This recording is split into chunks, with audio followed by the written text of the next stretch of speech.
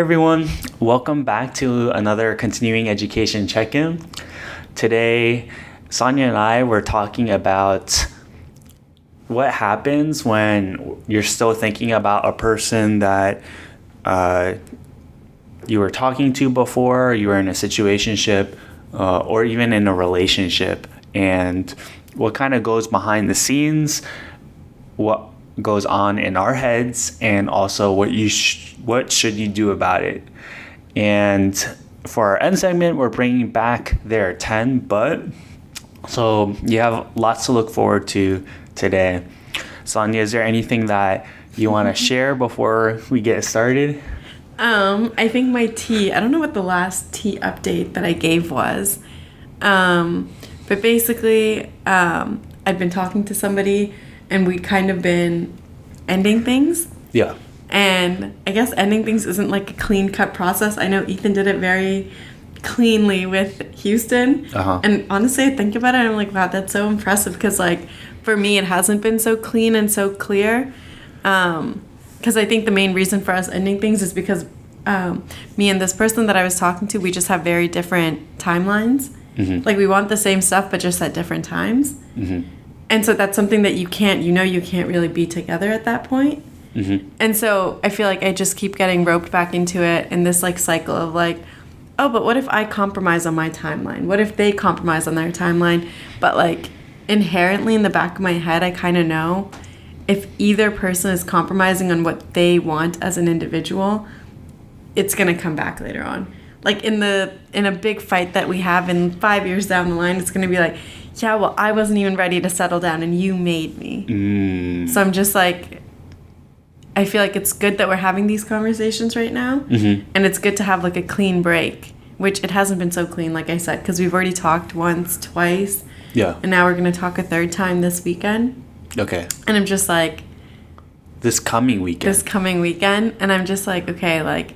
Because, like, the first time we talked, it was like, okay, everything's over. And then we talked again.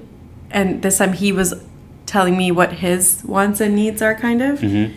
And I guess now the ball was in my court to decide if I can compromise with the stuff that I know I want, to try to meet him somewhere in the middle.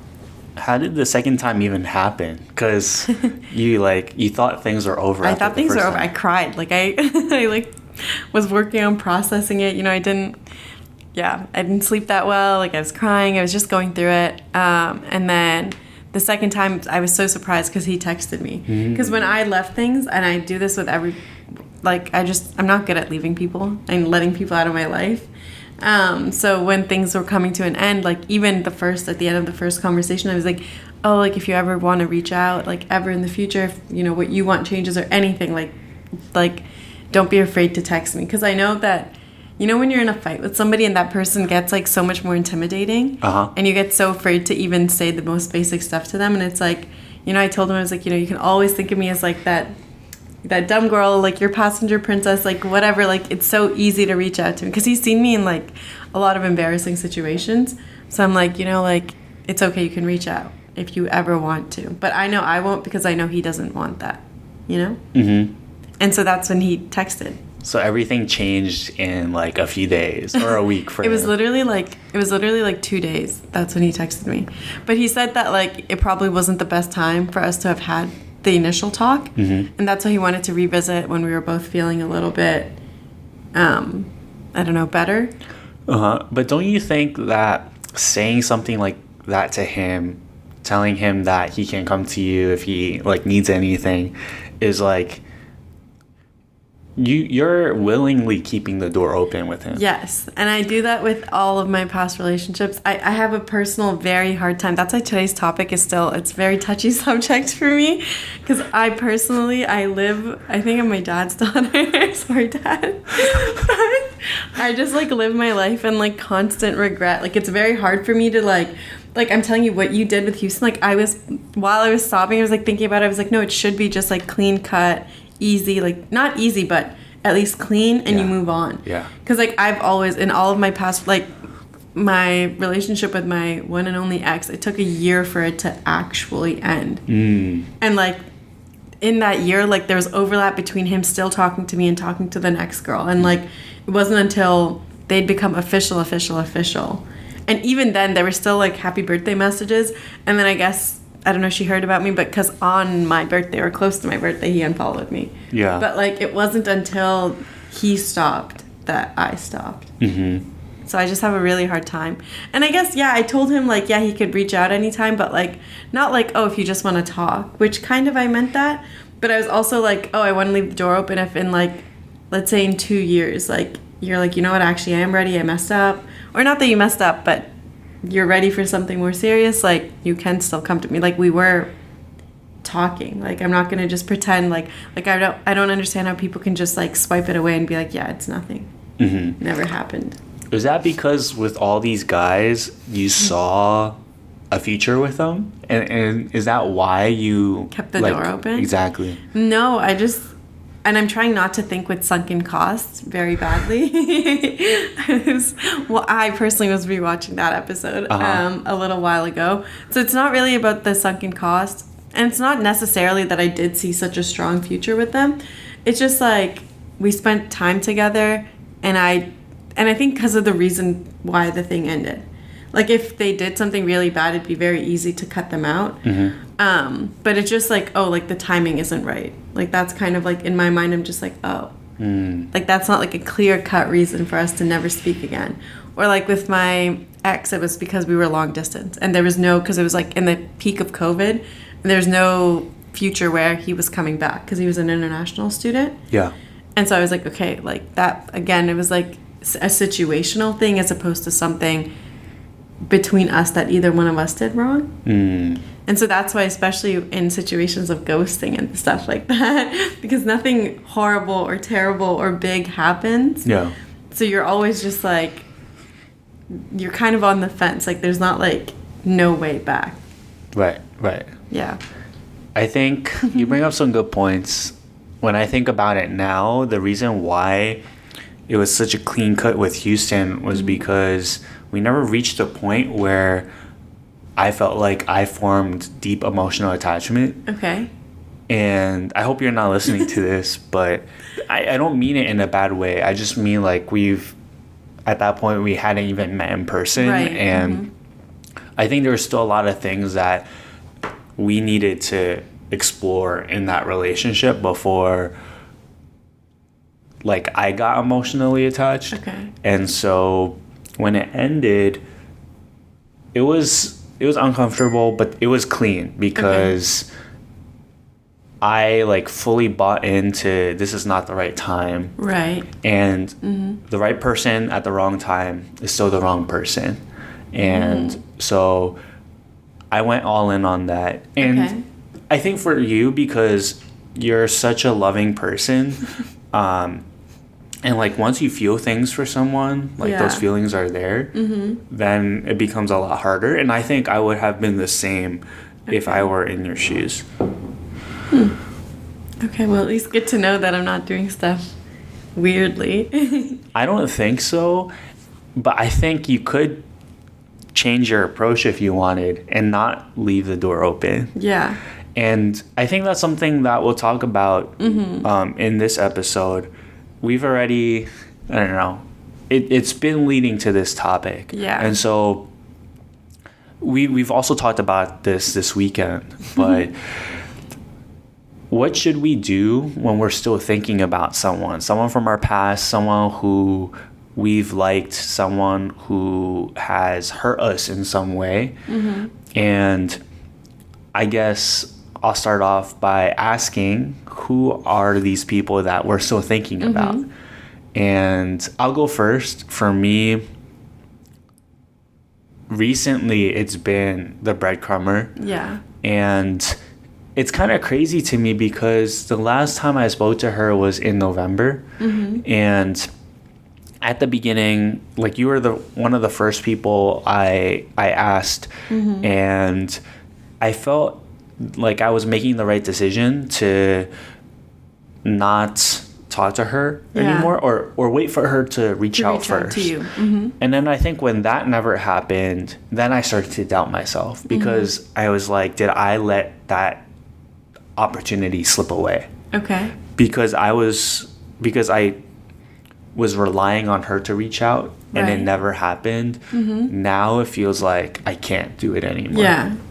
But also you were in that position of like deciding if you should reach out or if she should, because there was like, you know, stuff in your situation that made you feel uncertain. Yeah. And we were doing it, I guess, more so to clear up that uncertainty and to, you know, like give her a chance to show you that she wanted you. Mm-hmm. Or like that, you know, if your presence isn't there, if you're not texting her, like, does she like you enough to text you? Mm-hmm. Which, like we said, like, I think people like people at different rates. Like, it doesn't have to be the same speed. So it totally could have been that, you know, maybe you kept reaching out for like 3, 4, 5 more dates. And then by the 6th one, maybe she also wanted to start reaching out. Because it could be different rates for people. But I think at that level when you were deciding, like, you both weren't at the same level. Yeah. And I think the main thing I was uncertain about was how she felt towards me. And so by me not reaching out and waiting or having the ball in her court, then I would see a little more clearly if she actually likes me by seeing if she would initiate. Right. But then that's like, the more I think about it now, maybe she's just not good at initiating things. Like, she's a natural introvert. And after a certain amount of time, like, let's say a few weeks, it gets a little awkward. How do you even start that conversation up again? No, that's true. And I think that's why for me, half a year later, I'm still thinking about it, because it could have been circumstantial why we stopped talking. Or it could have been she didn't like me. Right. But now I'm not sure. Yeah. And like, okay, I am all for no contact and stuff like that. But I also think, especially for people like us, because you're also very like loving and like very like, you like to give people the benefit of the doubt a lot. And I think for people like us, although it might hurt more to outright hear a no, I think it's better to have that clear communication and just get an answer. Yeah. Just because otherwise, like, yeah, I'm the exact same way. Otherwise, I'm also always just like wondering, like, oh, was it just like a misunderstanding? Like, was it actually because again, in this situation, nothing bad happened.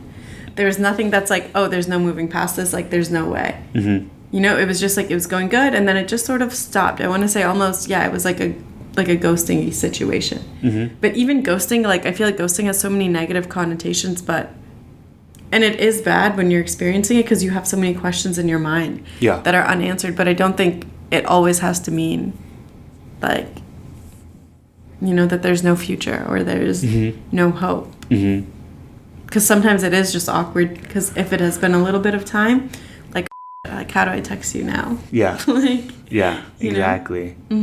And I'm trying to figure out why this is happening now. Like, why is she coming back into my head? And we also talked about this on the weekend, but I think we've reached a point where like, for me, I really desire to be in a relationship. Right. I told you, and I didn't mention this on the podcast, but 2 weeks ago, so you guys met Lydia at this point, and Lydia has 2 young kids. They're like the cutest kids in the world.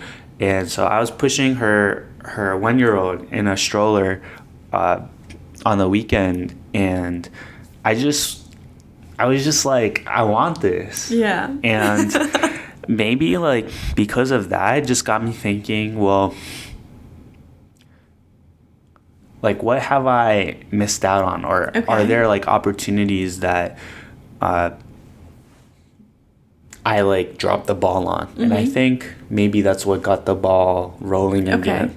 I do know you were still thinking about Breadcrumber while things were kind of ending with Houston, because you said that there was still stuff unresolved with Breadcrumber, and that's why you didn't want to, or that you found yourself thinking about her from time to time. It wasn't her. Oh. Yeah. It was someone else. Oh. Well, you were still thinking about somebody else that you felt like it was still unresolved. Yeah. And that's why you weren't ready to take the next step and be so, you know, you weren't ready to, go all in with Houston. So, like, yes, the stroller, yeah, I know you want to share. You're thinking about who you want to share the stroller with, but also even before the stroller, like you still had these like questions in your mind about people, and I think that's what makes it really hard to jump into a new, unless the new thing that comes along is so all encompassing and just it like, you know, like it just takes so much of your attention and your energy in a good way that you stop thinking about that other person. Because I know we also, when at the end of Houston, we were talking about, you know, you felt like you needed to be fully healed before moving on to go in a new relationship. But then we were like, no, it's okay. You can still do some of that healing while you're in the new relationship if that new relationship gives you that space and that level of comfort. Yeah. So. Mm-hmm. And then what about you? Is there someone that you've been thinking about, and what are your thoughts? I think, honestly, my thoughts are so confused. I don't know if you feel that way. Maybe this is just me. They are. And I want us to talk about that. Okay, I was like, maybe this is just me exposing myself. Maybe at the end, Ethan's going to tell me I need some therapy, which maybe I do. But we both do. Everyone does. But basically, yeah, like 100%. There's so many people. Like, we talked about email cheater, which, like, I think that one, honestly, I want to say a little bit of it has to do with ego, because I'm just really embarrassed that, like, what the heck even happened. Because, like, yeah, people were telling me not to go for him after we found out that he wasn't just a cute emailer. He was also a cheater. But, you know, I had worked through that on my own, and I was like, you know what? Like, I shouldn't judge somebody based on their past, and like he was being so honest, like I should give him a chance. But then he just like ghosted me like that, and it feels really like hurtful because I did like him a lot. Like I hadn't felt like excited about somebody like that in a while. So I guess that one I think about sometimes. Like even my first ex, like I think about it less, you know, but I do think about, okay, here, I guess I could say it like this, like someone like my first ex, like I did still think about it, and I was like, oh, like, man, if it didn't end, if only COVID didn't happen, if only like I moved down to Ecuador because it was impossible for him to come to Canada, but I could go down, you know. So I was just thinking about all of those things. I was like, I was sitting there saying I'm ready for this serious relationship, but I didn't take any serious action. You know, when things got tough, I was like, oh, I guess we both just have to break up, you know. But that one I think about a lot less so now because, like, obviously it's been so many years. So, and he's with somebody else, so like that door is kind of closed.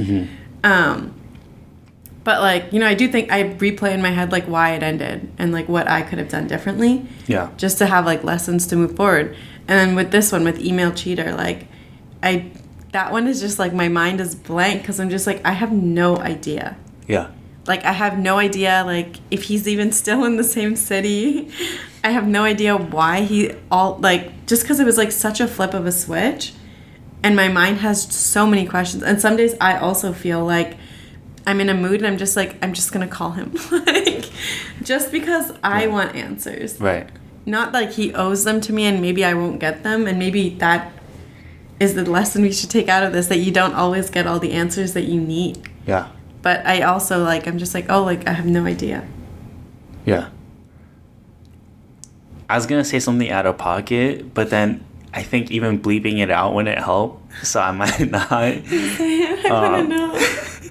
Okay, I think I want to start off by saying I think what you brought up just helped me realize something, that the reason why these thoughts are coming to us now and why they're, like, strong is because the door isn't closed. And so I think if the door was closed for someone that we've had interest in the past, it would be way easier to like get past them. Even if there was no closure on your side, if they've moved on with someone else, if you've moved on with someone else, right, there's just no chances. And but I think for us, the door isn't closed in these situations. We just have no answers, and so we can assume different things, and we try not to. But it's just like, and you brought this up over the weekend, you said you just wonder how he's doing. Yeah. And I wonder the same thing. It's not part of it. I wonder about us. Exactly. Like, if I were to, or if we were to get another chance, like, could I make this work? I'm also thinking what went wrong. Yeah. And I'm pretty sure that nothing, like, super specific went wrong, even in both our cases. And then I'm just, like, wondering, like, how they're doing, like, if they have regrets about, like... No, I would love to know if Exactly, they're thinking about us. Like, or if it's just, like, you know, if it was just, like, oh, this was such a short-lived thing and it's just out of their mind. Yeah. Like, I'm truly, truly curious, like, you know, is he back with his ex? Like, what could have been so big that I'm no... Like, that it was so easy for him to cut me out of his life? Yeah, and so it's that curiosity in us, but then also, like, in the culture that we live in, when it's so easy to get instant gratification, like, if we want to know the ending of a show, we can just search it up. We don't have to watch the whole show. I've done that with Gossip Girl. And I've done that too. But we can't do that in this situation. I think we have to, at some point, we have to be okay with the fact that maybe we'll never know. Yeah. And I'm like, that's not comforting at all. Yeah. I don't think I'm okay with that. We're both math science people. We like to have like an answer. We like to have everything figured out. You know, or at least solved. And neither of us is saying we want the other person to, like, be in a relationship with us. I think we can both say, like, you know, breadcrumber, email cheater. Like, I think more than being with us, I'm just, like, so curious about what happened. I would like to know the reasoning. No, I think I still want to be with her. But that's not what's making you curious about her, right? Like, okay, let's say if you knew... A little bit. Stroller incident, you know? A little bit. Aw, this is so sad. Keep going. My equivalent for Ethan's stroller is plates. Like, I want to buy nice, like, plates and... Oh, yeah. Like, kitchen stuff. Yeah, and to, like... clarify, so Sania's, like, looking at plates at the store, and then she's thinking about, like, buying a family set, right? Yeah. Just because, like, I'm tired of living, like, that college student life, and I'm just, like, as someone who likes to shop, I'm less excited about regular shopping. Like, for clothes and shoes, I'm more excited about, like, oh, like, a cute, like... Vacuum. Yeah. Or a cake mixer. Right? A cake mixer. Yeah. I think you're right. It is the curiosity. And then, okay, but then you're saying we should be comfortable with and accept that sometimes you don't get all the answers. But it's like, man, would it be nice if we just could? Yeah. Like, do we send that last text or that last call and try to get an answer? Yeah. And I want to ask you that because part of me is tempted, like, to give you my phone right now and just have you like make a text, and then we'll see, like, where it goes. And then maybe we can, like, see what happens next episode if she replies. Okay, but here's my thinking about that. Okay. Because I'm also a super worrier, so I'm gonna tell you all my worries out loud. Okay. So, okay, let's say we send that text. One option could be that the other person's in a relationship. And if they haven't been courteous enough to text us when things were sort of ending, which maybe it wasn't clear to them either when things were ending, because it's all, like, a mystery to us. Exactly. But, like, we don't know if we're going to get a response, first of all, which it's going to... But I do think if we send the text and then we don't get a response, that's, like, a more clear... Like, you know what? Now that door is closed. Now it's, like, I don't think about you as much. Like, sure, if I see you in the street... like, you know, we can still talk, whatever, but you won't be it won't keep you up at night. So I guess that's, like, the benefit. But then a negative thing could be, you know, let's say they do respond, and let's say they're people pleasers like us, and they're not in a relationship, and they say something that further opens the door a little bit more, but not enough that we're seeing them again. And then we're kind of stuck in something that's not going anywhere, right? Because that could also happen. Yeah. You know, like, let's say you text Breadcrumber and she's like, oh, like, life was just so crazy, and then so much time had passed and I didn't get to text you, like, you know, and maybe she's saying that because those are, like, the nice words that you would want to hear, right? That is, like, one of the only things that could be, like, a good explanation for what happened, but then it's just like, what if that's not actually what happened and they're just saying that to be nice? Uh-huh. And then you're all excited and you're like, oh, like totally, like that's fine, like let's see each other again. But then if the same cycle were to repeat, like because you're so excited about your stroller and because I'm getting so old, like it's like, do we want to give time to something that, you know, could potentially just repeat and just be a waste of time? Mm-hmm. It's like, did we learn the lesson the first time or not? Mm-hmm. But that's like me being really negative, thinking really negative. I don't think that's you being negative. That's you being honest. Yeah. And that's you looking out for yourself and your Yeah. friends when you say that. Yeah. Uh, Like if you, I guess I would say if you think you're in a place that you're strong enough to handle whatever that text says without, you know, we talk a lot on this podcast about focusing on your interests, like doing the things you like and like, you know, like taking care of yourself and surrounding yourself with people that love you. So it's like if you do think you can get whatever response she gives, even if it's no response, and handle it in like a healthy way, then I think, yeah, it could be good to just send that text. I might send one with you. yeah, now that you said that, I'm just more and more unsure if that's the right thing to do.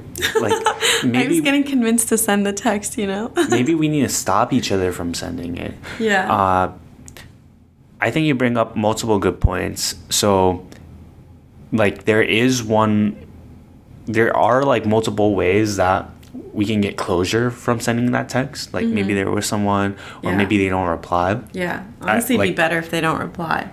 Yeah. Just, I mean, in the sense Yeah. of closure. Yeah. Then we know, like, okay, we stopped talking because they're not interested anymore. And it's not like we stopped talking because they had a health issue or something. Yeah. And so I think in some way that is helpful. But now that you bring up that situation of them telling you what you want to hear, like starting something that shouldn't. It's just because I think you told me, Ethan, over the weekend Mm-hmm. that people will say whatever stuff that they don't mean sometimes Yeah. just to get what, like, because maybe we're instant gratification for them. Mm-hmm. And maybe we're validating, like making them feel special. Mm-hmm. And so they'll say whatever they want to keep us in their lives. Yeah. I think what I'm struggling with right now is, like, I believe that there's a higher power. Like, I don't Yeah. think that, like, I'm out here working in a vacuum and everything's in my control. And, like, part of me is like, okay, maybe God doesn't want this to happen. Right. And that's why it didn't work out. Mm-hmm. And then if I'm, like, I don't know, trying to start something now, is that me, like, just screwing myself? Yeah. Okay, so because I also believe in a higher power and I have these similar talks with myself, like I told you about my first ex, like I was like, you know, when stuff gets hard, isn't that when God's kind of like testing you and testing your connection? And like sometimes my delusional self, and I will not wear these right now, Yeah, but sometimes I neither of think us that should. like, oh, is this hard right now? And is there distance? And am I feeling it like a challenge to reach out to them because like this is like something we have to get over? Is this like part of the test is like, you know, for like things to be good between us? Mm-hmm. Is this like the one hard thing that I have to do to get them in like, you know, like, I don't know. Mm-hmm. Because there's both sides to that. Do you think if we texted them and then they told us, like, they give us some kind of excuse, they made it sound very nice, do you think we could tell if they're being genuine or not? No. I think both of us, with the two people that we gave as example, and I can also say the bomb guy, that's what we'll call him. Well, who's the bomb guy? Remember the big bomb that I dropped? Oh, the bomb guy. It's not in a positive way. Okay. Right? Okay, I thought, like, he's a terrorist or something. I thought that's what you're... I mean, in some ways he's a terrorist, but... He's terrorizing me. Uh-huh. But, you know, like, for those specific people, Yeah. it's like, I think if... The issue is, I think if they gave us a fake excuse, we're in such a vulnerable place right now. Yeah. In terms of them, Yeah. that we would believe their fake excuse. Mm. I think, I don't know, maybe I'll only speak for myself, but like if Email Cheater were to say like, oh, my mom like was sick and I had to go back home and I would fold. Yeah. Like I would, Yeah. signed, sealed, delivered. I would be back, Yeah. waiting on his text, like, like trying to chase those highs that we had. Yeah. So I don't think I'm in a place right now where if he sent me that text, I could still try to be strong. Yeah. I think, what if we do this, Ethan? Maybe this is slightly toxic, but I'm not always known for giving great advice. Okay. What if we waited? And I know it's going to be harder the more time that goes by. Yeah. But, I mean, it's good because if we still want to do it in a few months, that means we really want to do it. I know it has already been since November, I'm aware. Uh-huh. But what if when we're in less of a vulnerable emotional state, maybe when we're talking to somebody, like it always helps to lessen the blow. And I'm not saying talk to someone to use them, but like, so that you don't feel so much pressure with just this one text and how they're going to reply. Mm-hmm. You can like, with maybe more of a clear head, be like, okay, they're saying this, but this other person's kind of being like this. Like, do I want to be all in on this one person again? Yeah. I think that is a good strategy. Okay. You shouldn't be sending these texts when you're vulnerable Mm-hmm. and when they're in that situation. I think you're absolutely right, because Right. if they sent that, we're stuck. Because there's only one way we can respond. Yeah. But if we're not like super attached to them Mm-hmm. or the idea of them, then we can still meet up. We can hear them out. yeah, and we'll be a little more sober about it. Yes. Yeah. The other thing I want to bring up is when I first started doing therapy, and like my therapy journey has been on and off. Okay. But the first time I did therapy, my therapist was teaching me about what is that called? The honeymoon period. Okay. And so she was telling me how I have a tendency to like look back on when things were good, just yeah. look back on the highs, and then just assume that I could get back to that situation. Mm-hmm. And the reality is that is not true. Mm-hmm. Like that is an assumption that I'm making, that even though things are bad right now, with these people in my life, it can just go back to the way things were. And I'm not acknowledging that people change, that the situation is different right now. And I think for us, we also need to be at a point where we acknowledge that we have changed, but also they have changed. And it's really dangerous if we just think back to the good times and only the good qualities that they have. Because in many ways, the fact that we were ghosted, the fact that the door wasn't closed, it doesn't mean that they're all good. No one is all good. And it's really dangerous if we just keep thinking back to that honeymoon period. Yeah. And then the other thing that I want to say is, I think it's pretty clear on this podcast that there are multiple people that we've encountered in our lives that we've had interest in and that we've had genuine connections with. And so why are we so caught up on this one person or these people? Because I think for me, I genuinely believe that there isn't one person who's compatible or exactly compatible with me. I don't believe in the one. That can be another episode. Whoa. You don't believe in the one? No. Okay. And so I know some of you might not agree with that, but if we assume that is true and there is no one and there's multiple people that I can be compatible with and have a really happy relationship with, then why am I so stressed out about this one person? It just kind of doesn't make sense. And so I agree with you. I think I need to wait and reflect a little more, and hopefully I get back to a place where I welcome like that abundance mentality, Right. and I'm not doing things out of it's more desperate. We feel scarcity. We're like, oh, out of one a person. position of insecurity. Yeah. No. I'm glad you brought this up, Ethan. Like, because I never, I didn't think other people were like me too, but I also tend to, whenever I look back in any past situation, I only remember like the very good times. Yeah. And I forget those days, when you're feeling when you're questioning yourself and you're waiting for a text or a call. Like, I also look back to stuff in the past, and I also think, like, oh, if I did this right, or if this happened, and if this goes this way, like, we'll get back to that really, really good place. Right. And I guess that's kind of funny that's the reason we're okay. I guess Ethan did not like this week's baby food, so Trader Joe's is better than Hope.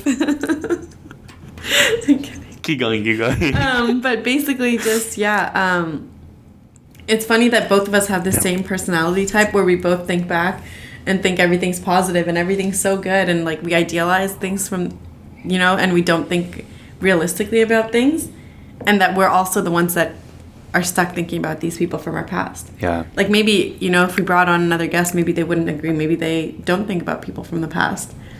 But I also do agree with what you said, that, when, like, just in regards to us thinking about these people, like, they were aware when they were ghosting us. Yeah. Like, as hard it is for them to send that text, it's also hard for us to send the text. But because we were the last ones to send the last message, like, I think it makes it a little bit easier for them to send a message, regardless of what's going on. And I think, like, it could also be possibly because, like you said, we had a connection with them. Maybe they know us. And I don't want to villainize them and say that they're playing us, but maybe they are. Yeah. Maybe they know that we're that person that would never let go. Yeah. I just kind of forgot what I wanted to say again.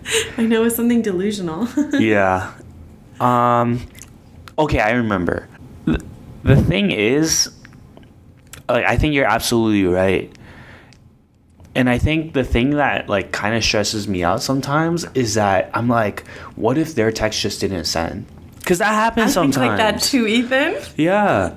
And, oh, man. But I think when I start having thoughts like that, I need to, like, kind of slap myself and, like, wake up, because even if that happened and their text didn't send, they could always send another text, or there's always another way. Mm-hmm. And if they really, really wanted to, they would find a way. Yeah, 100%. And so why am I fighting with the current reality, right? I think true. Because things have happened the way they happened, I believe that was for a reason. Mm-hmm. And so is it worth me, like, banging my head over it? Mm-hmm. Probably not. Mm-hmm.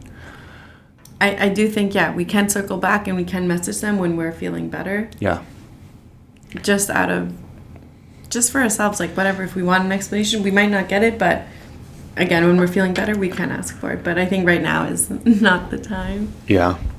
I have thought, if I were to message them, like, what would I say? And I think I would keep it simple. I would just say, hey, why did we stop talking? No, I would say, good. Hey, I wanted to reach out and ask if we could give this another try. That's what I would say. Damn. Yeah. That's simple? Uh-huh. Okay. Dang, I need to stop myself from, like, sending this text right yeah, now, please. No, don't send that text. Yeah. Even later, like, do not. Let's wait until, you're a better volleyball player. You're a better, like, until you've perfected your hobbies a little more. Uh-huh. But you can keep babysitting your friends' kids, by the way. No, that might make it worse. I was just going to send, like, I don't know what, I didn't think about what the text would be, but maybe just something so much easier, like, hey, how have you been? Like, dang. That's,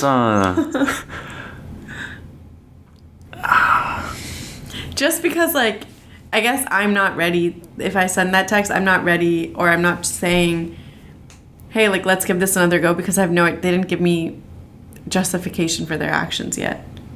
So I can't just, like, forgive, like, I can't just move on from the way that things were left and pretend like, oh, we're back to relationship la la land.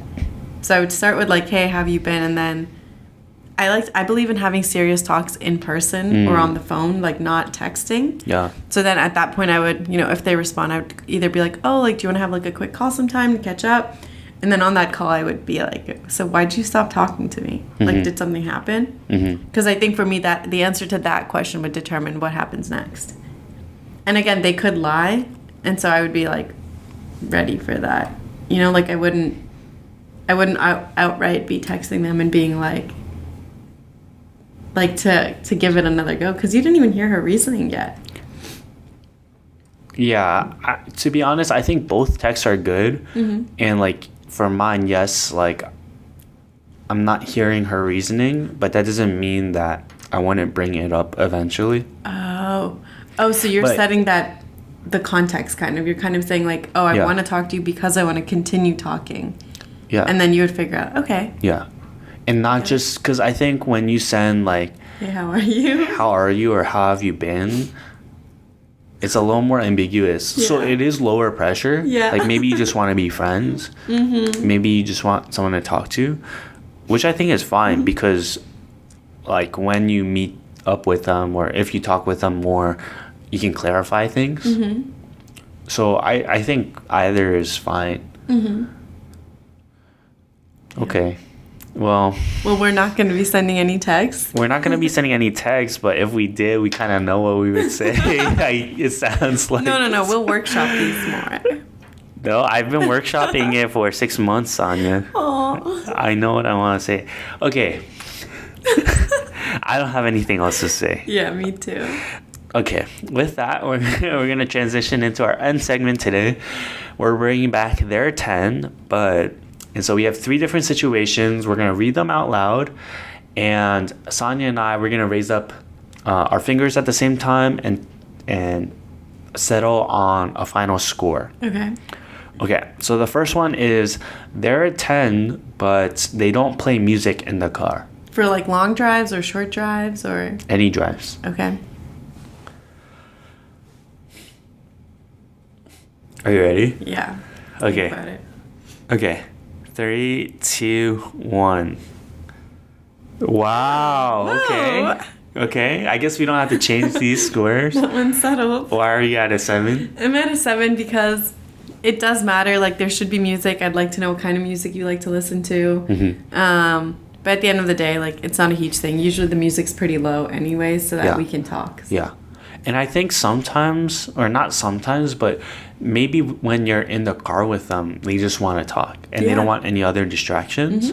But I think music is important because when there are moments of silence, which I think should be totally normalized, there's just something nice like going on in the background that like keeps the pressure low, that you can just enjoy in the background. And sometimes like when you're just driving like, I don't know, down Highway 1 or something, and you're like, the ocean's right next to you. Yeah, it's music, like a vibe. Yeah, music just sets the tone. And so... I like how you said that. I feel like if they don't listen to music in the car, I don't know, they might be a serial killer or something. They're just like, what are they thinking about? Yeah. Is my question. So... Okay, the next one. They are 10, but they aren't on social media. I think we might have different answers for this, but... Dang, I don't know. Like, what are you even assuming? Like, I'm thinking. Okay. Okay.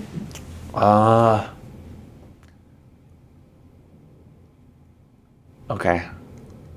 I think I'm ready. Okay, me too. Okay. 3, 2, 1. I made it like a 12, if I can do a 12. A 12? I'm at a 5.5. I know, that's why I said they're going to be different. Okay. My reasoning, I think it's 12? very popular that guys don't need to be on social media. Like, it doesn't make sense why guys have social media. Like, typically it's like a negative thing because like you're looking at Instagram models or like other girls. Girls aren't on social media for that. Like, I don't follow guys because like random guys that I don't know because they're attractive. My Instagram is to like stay connected with my friends. Like, sure, girls will post pictures and like get attention from other guys, but it's the guys that are doing the reaching out and getting attention. So if he doesn't have social media, I think that's the cutest thing in the world because he's not out there being like one of those like thirsty guys like DMing girls and like following these like half naked models and like So I think that's why I think they're better than a 10 if they aren't on social media. Okay, but here's the thing. If a guy wanted to DM girls, like look at half naked girls, they don't need social media to do that. They can do it, like there's other means to do that. Maybe not the DMing, but definitely like, so I don't really buy into that. Okay. And then the other thing is, let's say, and neither of us can really do this, but if you were a serial killer, would you be on social media? Okay. Well, maybe if you want to actually catch some victims, you should be on social media. Like Ted Bundy in today's day and age, like he would have like a popping off Instagram account because he's a good looking guy. Like, you know, like that's how he would trap his victims because he looks more normal. No, but he couldn't, because after he would trap his first victim, they could trace it. They could trace him using social media. I see what you're saying. Yeah. Like that guy who sends me the repeat texter guy. I don't know what to call him. Okay, yeah. We can just call him the repeat texter guy. Okay. Yeah. But he didn't have any social media at all. Yeah. And I was kind of alarmed. I was like, oh my gosh, like, because I met him on an app and I was like, who am I going to be meeting? And so, and then like, so I made sure to FaceTime him before we actually met up in person, just to make sure his face matches the pictures. But then I was also like, okay, but do you still have like a regular life? Like you need to have something. Yeah. You know, so I do see where you're coming from. But I think, you know, if you have like Facebook or something low effort like that, like I don't think you need to be on Instagram. Because also I don't really like when guys are like, oh, can you take a picture of me here? Like I think this looks cute. Like, because like, why are you trying to make your Instagram aesthetic? Like I'm, like, let me worry about that stuff. Like you need to like, you know, worry about your manly things. Or maybe they need a thirst trap, like you're telling me to post. True. I know, but it's just like, it's like a positive. Like that's what I'm saying. I'm not like, I'm saying it does kind of work against you depending on how you use your social media. It could work against you. Like a lot of girls, when they get into relationships, like they'll go through who that guy is following. And like, it's not a good look if you have a bunch of random girls that you don't know on there. Yeah. You know? And it's also not a good look if you're posting like half naked gym selfies all the time. Like, you know? Yeah. Like I think guys just don't know the subtle art of existing and just like, you know, actually thirst trapping people. Yeah. I think for me, the reason why I was at a 5.5 is because ideally I would really like to be with someone who's on social media, but not like super frequently, because I want to like be able to send them memes and like reels and like funny things that remind me of them. And I want them to like kind of be in the know about what's happening in the world. Okay. And maybe that or that information is not super important. Like maybe that's just following Travis and Taylor. But I think keeping up to date with things that are happening around you, like social things, but political things too, and just being in the know is important. And I think social media is one way that you can keep up to date with people who are in your lives and just kind of pop culture stuff. Yeah. But you don't have to like be on it a lot. I think there's a difference between like overusing it and like they're posting multiple times per day and just being on it but being responsible. Okay. Do you think, because I've heard this like from people, do you think a girl's social media is like her dating profile?